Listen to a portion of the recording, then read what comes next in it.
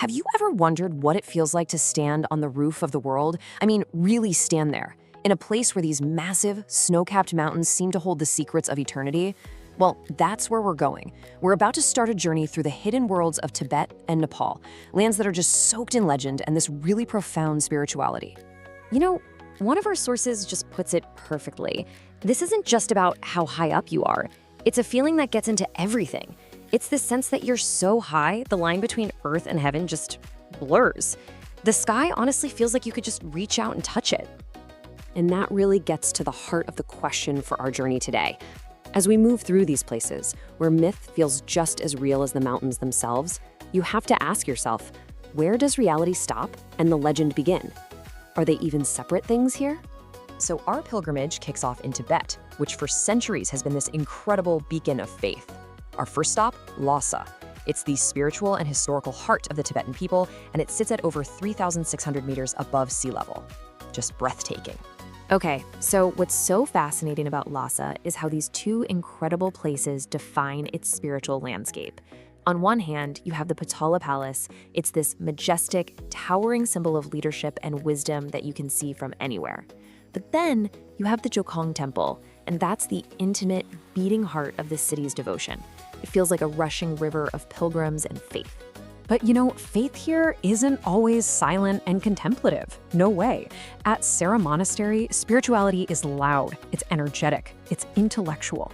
These monastic debates are just this powerful tradition where monks in their crimson robes test each other on Buddhist philosophy. And that clap you see, it's not just for show, it actually represents the union of wisdom and compassion. It's an absolutely incredible thing to witness. But in Tibet, faith isn't just kept inside temple walls. As we're about to see, the land itself is sacred. The landscape is like reading a holy book.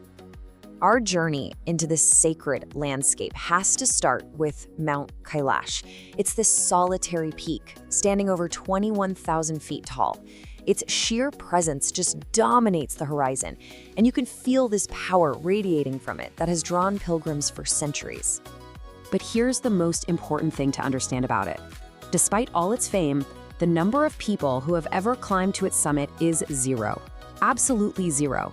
And why is that? It's not because it's impossible to climb. It's because the mountain is considered so sacred that to even set foot on its slopes would be seen as a profound violation. And that just speaks to how unbelievably significant this place is. It's a holy site for four major traditions: Buddhism, Hinduism, Bon, and Jainism. So instead of climbing it, devotees perform this grueling 52-kilometer trek, or Kora, all the way around its base. It's this intense act of purification and devotion. And Kailash isn't alone out here. Right next to this sacred mountain is its spiritual twin, Lake Manasaravar.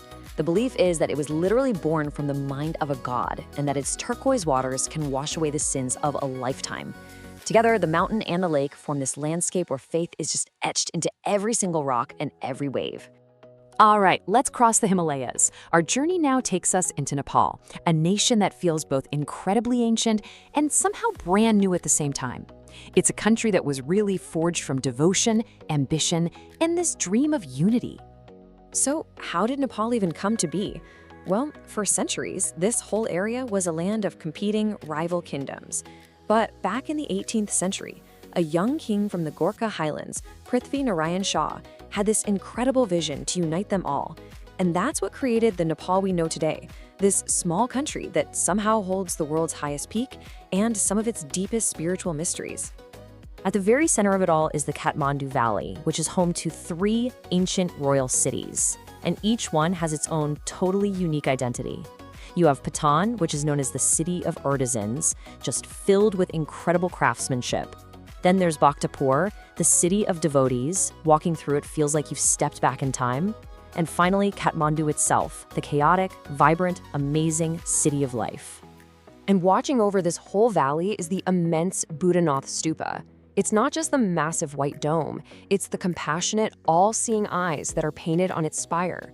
They symbolize this constant, watchful presence, and it makes this place a true sanctuary of peace. It's really become the spiritual heart for Tibetan Buddhism in Nepal, a place of refuge and pilgrimage for thousands. Okay, so from the valley, our journey now ascends. We're going higher. up into that thin, crystalline air where the true giants of the Himalayas live. We're heading toward the roof of the world itself. You know, getting to Everest Base Camp isn't really about conquest. It's so much more about immersion. It's a journey that happens in stages.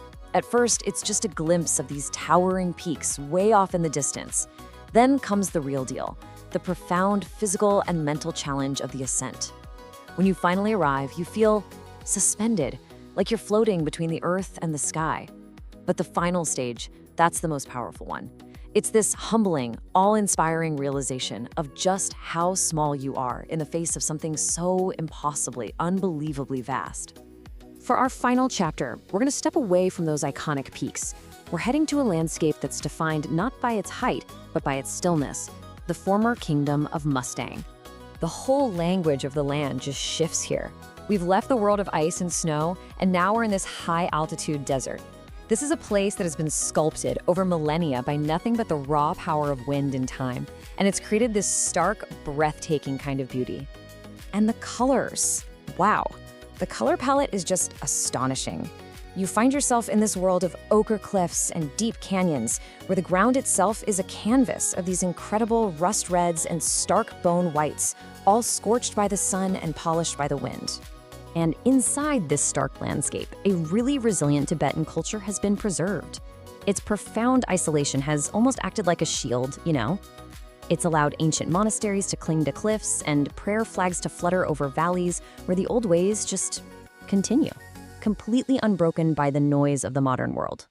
And this place reveals a totally different kind of beauty. It's not a beauty you find in lush green places. It's a beauty that comes from simplicity, from bare rock and the vast, empty canvas of a breathless sky. It's a beauty born from silence and from space. So we end up right back where we started, caught somewhere between reality and legend. From the vibrant faith of Tibet to the humbling peaks of Everest, and finally to the deep, profound silence of Mustang. This journey has taken us through landscapes that really challenge our sense of scale and time. And maybe the legend isn't separate from the reality at all. Maybe it's found deep within it. Which brings us to one final question. In our own world, a world that never ever stops moving, what can we learn from a place